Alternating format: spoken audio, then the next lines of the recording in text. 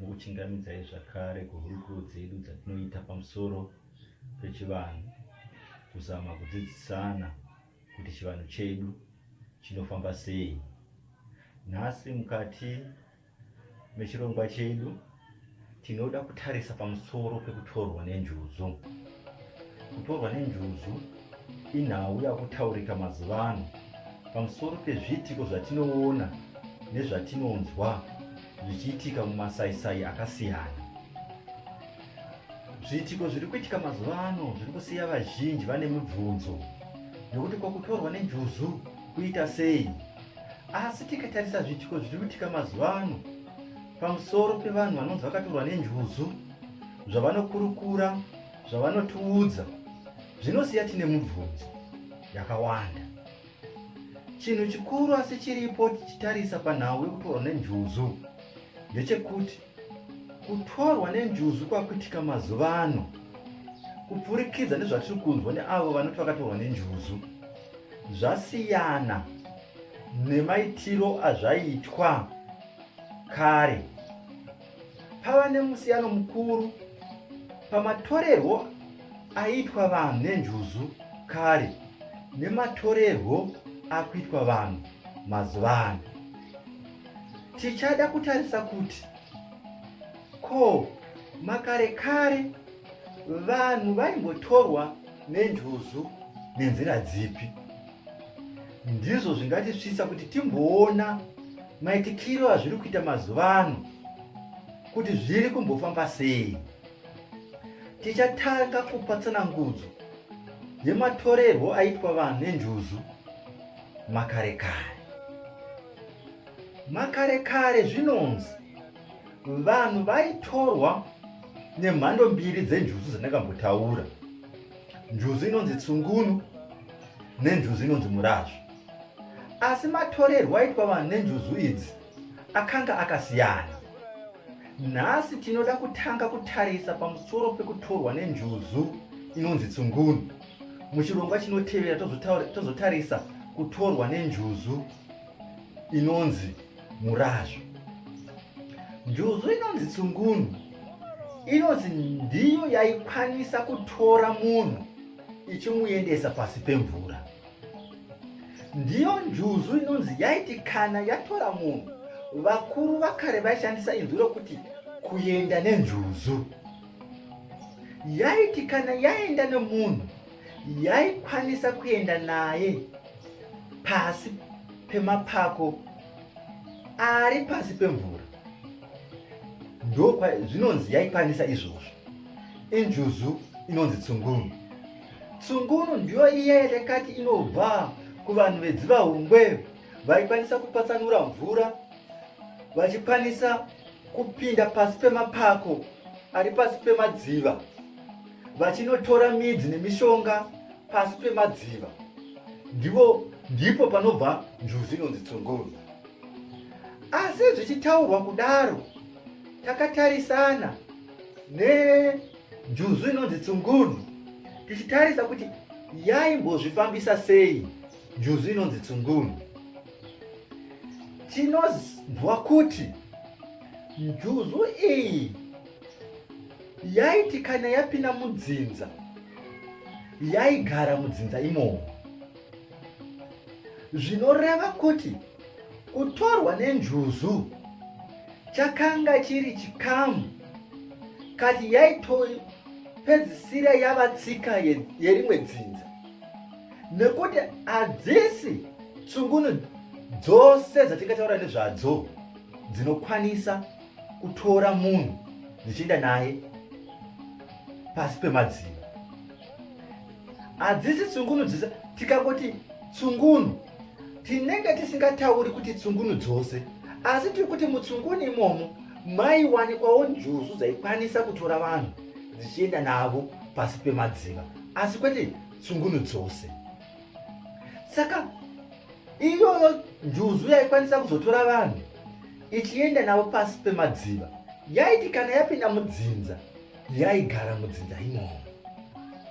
Saka mukati medzinza iroro munenge mune vanhu vakawanda vanenge vachitorwa nenjuzu neshavi iroro vachienda pasi pemvura vachidzoka. Tiri kutaura kuti chii apa? Ndiri kuti kana semuenzaniso, sekuru vangu ini vakafa vachirapa, asi vakambotorwa nenjuzu. Kana sekuru vangu vakashayika vakazobudira pandiri nemashari avo nenjuzu iyoiya, anobva auyazve pandiri. Saka paive pane mukana wakakura wekuti neniwo ndichanotorwa nenjuzu. Ndosaka ndati zvaive zvedzinza. Hakuna njuzu yetsungunu yaigara kumadziva kutora vanhu vemhuri dzakasiyana-siyana iri njuzu imwe. Ndipo panoda kuti titange kutsanangura ipapo kuti kutorwa nenjuzu chaive chikamu chedzinza. Sekuru vakafa, tateguru vakambotorwa nenjuzu, voshayika, mudzimu yavo unobudira pane mumwe muzukuru. Muzukuru iye nemashavi aya achatorwawo zvakare. Kana ashayika, mudzimu uchanobudira pane mumwe, abudirwa iye uchatorwa zvakare. Ndiwo mafambiro aiita kutorwa nenjuzu pachinyakare. Ndizvo zvatinonzwa izvi. Ndidzo tsananguro dzatinadzo dzatinopiwa nevakuru kuti zvaifamba sei. Uye zvakare kuti tigosvika pakuti munhu uyu atorwa nenjuzu, paive nezvikamu nematanho aitanga atoitwa munhu asati atorwa nenjuzu. Njuzu ayaitora semataurirwa zvinoitwa munhu asina mudzimu. Chekutanga unenge une mudzimu, mudzimu une mashavi. Pamashavi pavo pane shavi renjuzu. Shavi iro renjuzu richikwanisa kutora munhu kuenda naye pasi pedziva. Ndo chakachiri chikamu chokutanga. Mudzimu uyo zvekare waifanirwe kuve uri mudzimu unenge wagadzirwa. Tiri kuti chenura yaifanirwe kuve yaitwa.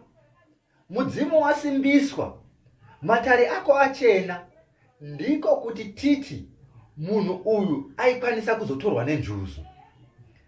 Kana mudzimu wagadzirwa, waturuka mudzimu uya, wakubuda uchitaura, wosimbiswa, unenge wachimirira zvino kutanga basa rako rekurapa kana tiri kubetsera vanhu.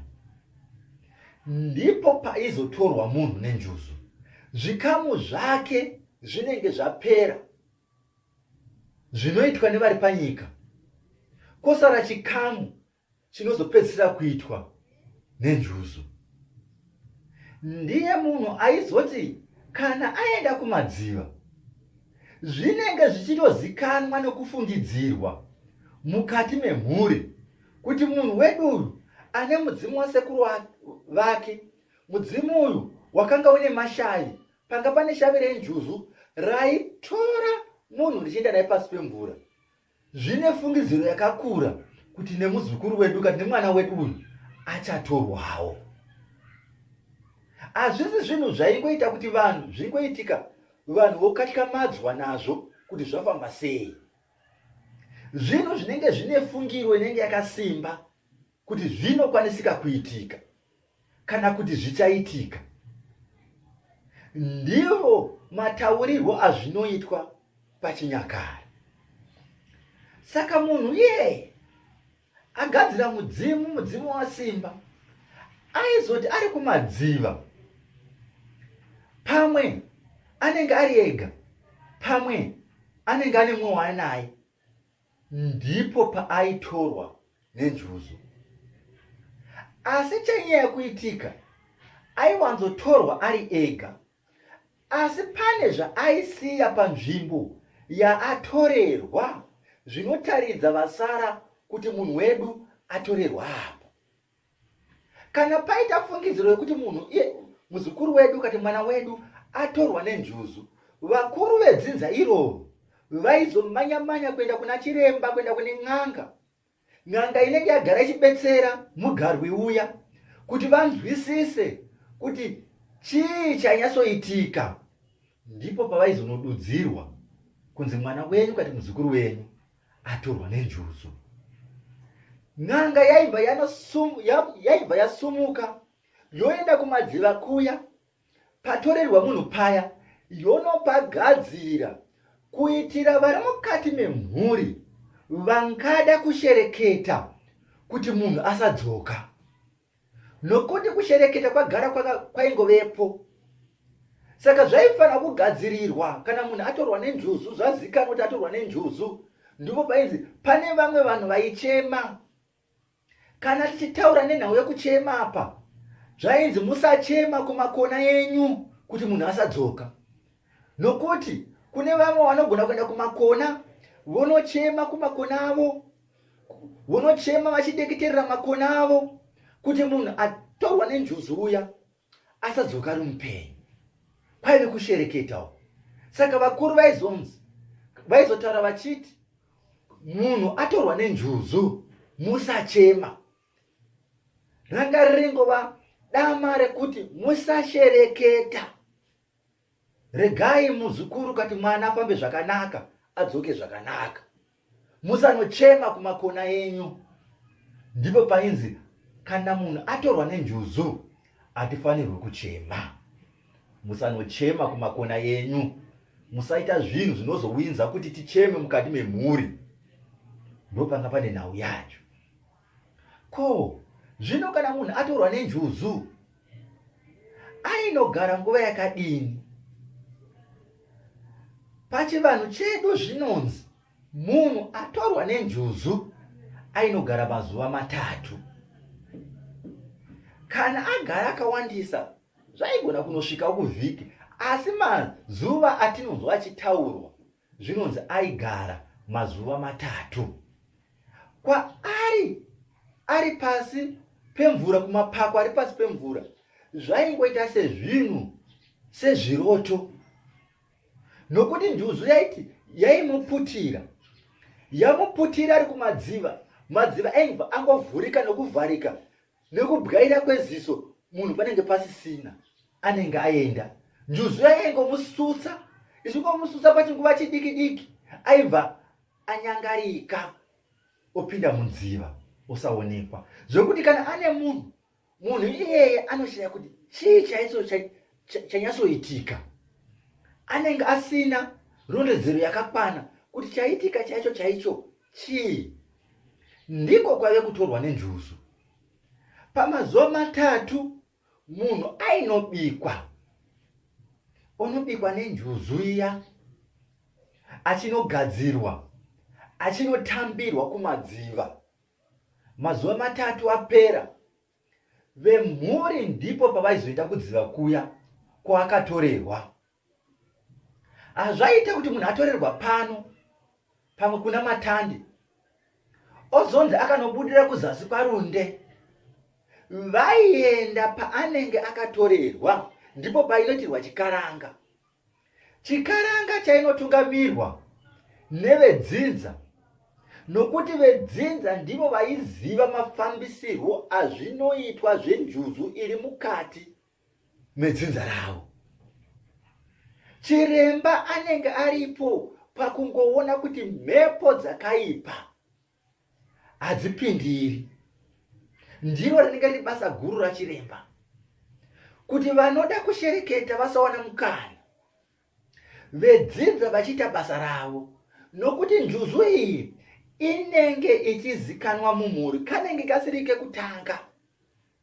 Zvinenge zvakamboitika zvichitozikanwa kuti kana zvadai apa panomira nhingi ndiye anoita zvakati, apa panomira nhingi ndiye anoita zvakati. Anenge achireverera ndinhingi, anomwaya mupunga kana rukweza mudziva ndinhingi. Pachazobuda munhu wedu panguva yanenge akubuda, dzimwe dzenguva padarika pakati peusiku, achazosundira bhuru mukati medziva ndinhingi, achazotambira mugaro achibuda ndinhingi. Zvinenge zvese zviri mukati medzinza, zvichizikanwa zvikamu mafambiro azvo, zvichizikanwa kuti tikabva padanho iri toenda padanho iri, zvichitozikanwa nziyo dzinoimbwa padziva ipapo dzinoita kuti njuzu iya ichidzoka nemunhu. Zvinhu zvaizikanwa mudzinza, changa chisiri chinhu chitsva mukati medzinza. ndizvo zvaita kuti zvikamu izvi zvifambe zvakanaka. Saka havasi vanhu vese vese vaingotorwa nenjuzu. Munzvimbo kana munharaunda maigona kutowanikwa mune munhu mumwe chete anonzi akatorwa nenjuzu. Munhu iyeye adzoka abva kumatare pasi pemadziva, aizofambira kurapa denda rimwe chete. Ndiyo mishonga kana timidzi yaaifambira achienda pasi. Anga asingafambiri matenda akawanda. Zvinenge zvichizivikanwa kuti kana sekuru vake vairapa makumbo, iye akatorwa nenjuzu imwe cheteyo, achangodzoka vachirapa makumbo. Kuchitobva vanhu kure vachiuya kuzova vachiziva kuti ukaenda pana nhiki nedambudziko iri ndipo parinonoperera. Ndiko kwaive kutorwa nenjuzu makare kare.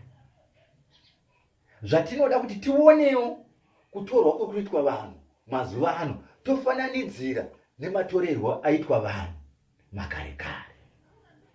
Zvinonzi kana munhu atorwa nenjuzu adzoka, hazvaiperera ipapo. Zvinonzi munhu aitorwa nenjuzu haaizombofa akaonekwa achiita makwenzi ake ekunochera musango. Aizoti kana makwenzi iyayo apera, aidzokera zvekare kudziva. Saka tiri kuti makare kare munhu haaienda pasi pedziva kamwe, haaitorwa kamwe. Aizongoramba achienda pasi pedziva kana mishonga yake yapera.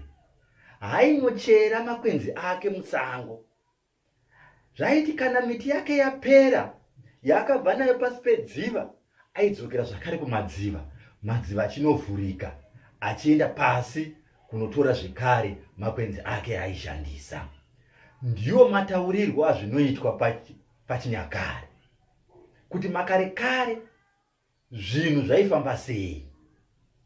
Zvave nemusiyano mukuru nematorerwo atinonzwa kuti munhu anoita makore 40 akatorwa nenjuzu, odzoka dzimwe dzenguva asisingachazikanwi.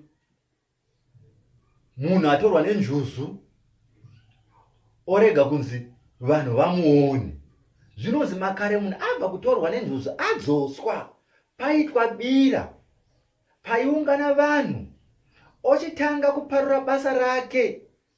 Njuzu yayo ichipanda matare kutaridza kuti sekuru vadzoka vave kubata basa ravo, kwete kunzi havaonekwi. Makore 3 munhu achingoti haonekwi.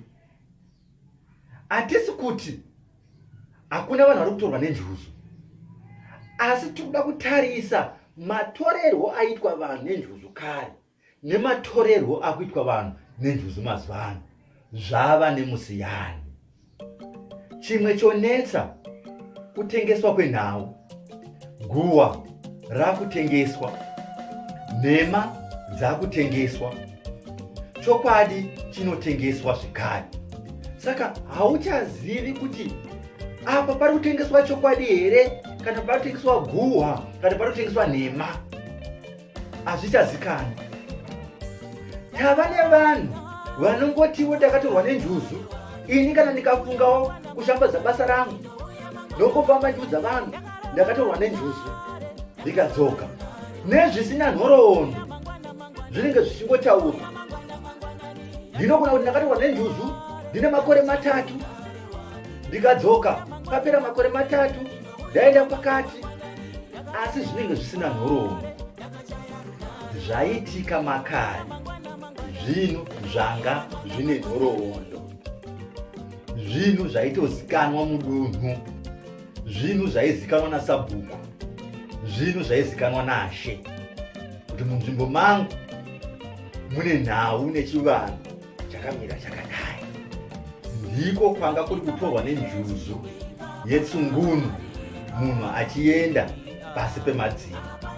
Muchikamu chinotevera tinoda kutarisa imwe mhando yekutorwa kwenjuzu kwaigona kuti munhu aite makore akawanda asipo. Kutorwa nenjuzu murazvo. Matorerwo enjuzu murazvo achida kutsanangura akasiyana zvikuru nematorerwo aiitwa vanhu netsungunu ichienda nawo pasi pemadziva. Asi tizive kuti kuva nenjuzu hazvirevi kuti uchatorwa kana kuti uchaenda nenjuzu. Tive nenguva yakanaka. Ndatenda kusekuru venyu.